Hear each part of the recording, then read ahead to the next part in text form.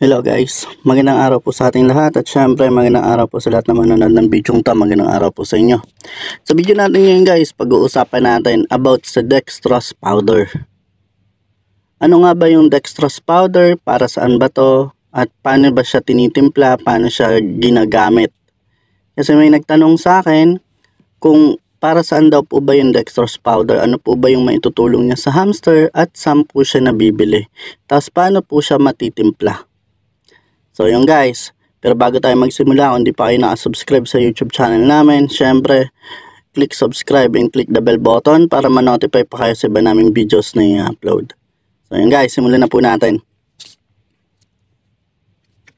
Ganito guys, sa mga nagtatanong about sa dextrose powder, yung iba kasi ang sinasabi nila about dun sa dextrose powder is vitamins po siya.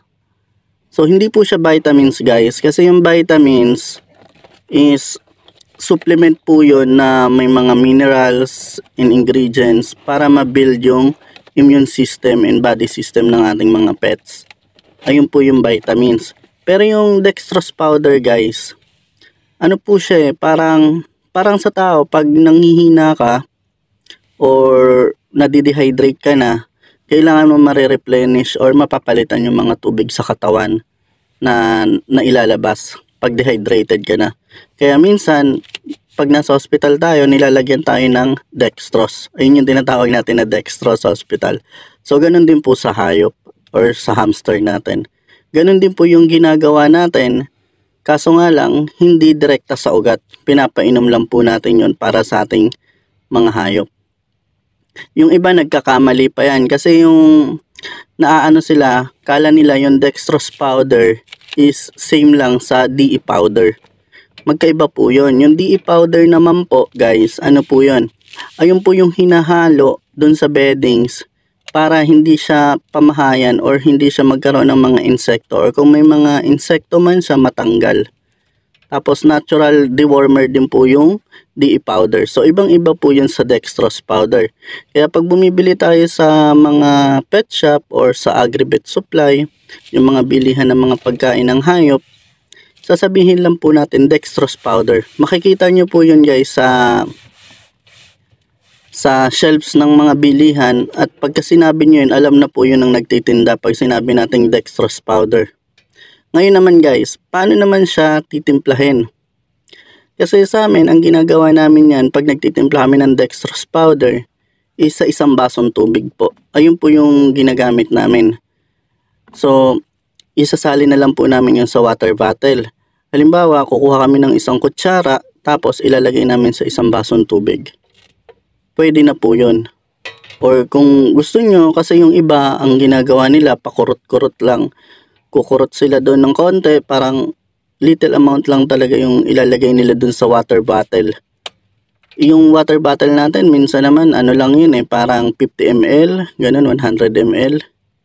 Parang 60 ml yung water bottle. So, kami, ang ginagawa namin nun, isang baso.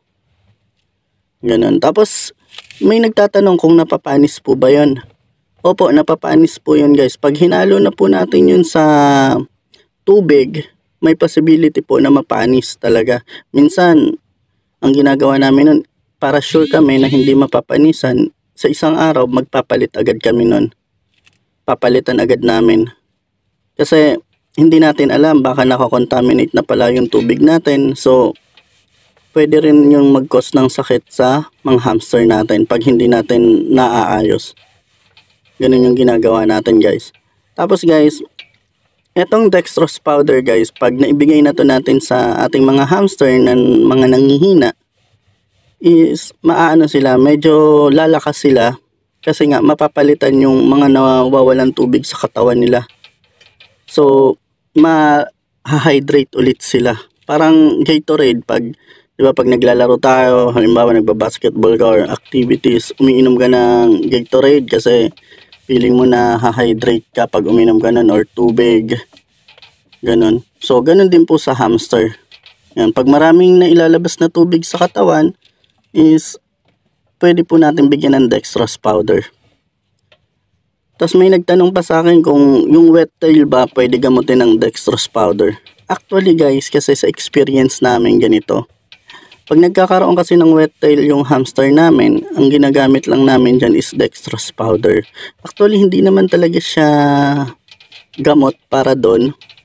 Kasi may mga gamot din kami dati na ibinibigay pag nagkakaroon ng wet tail yung hamster namin.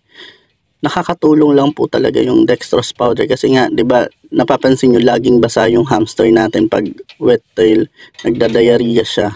So nakakatulong siya na palakasin or palitan yung tubig na nawawala sa katawan niya. Ganon. So yung mga na ilalabas niya is napapalitan po.